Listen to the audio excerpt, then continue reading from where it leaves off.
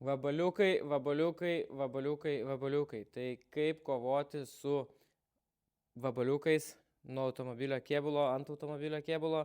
Tai visų pirma, naudokit jūsų pasirinktą vabzdžių valiklį. Gali būti iš Shiny Garage, gali būti iš ADBL, gali būti iš PNS.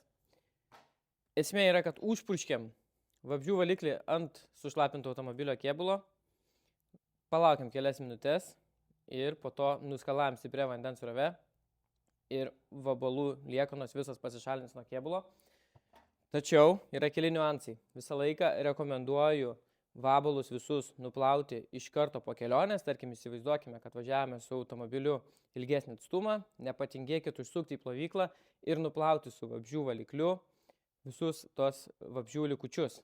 O jeigu jie lengvai nenusiplauna ir yra prikepę, naudojam vabzdžių valymo kempinėlę ir tada tikrai visas automobilio priekis bus švarus nuo vabzdžių liekanų.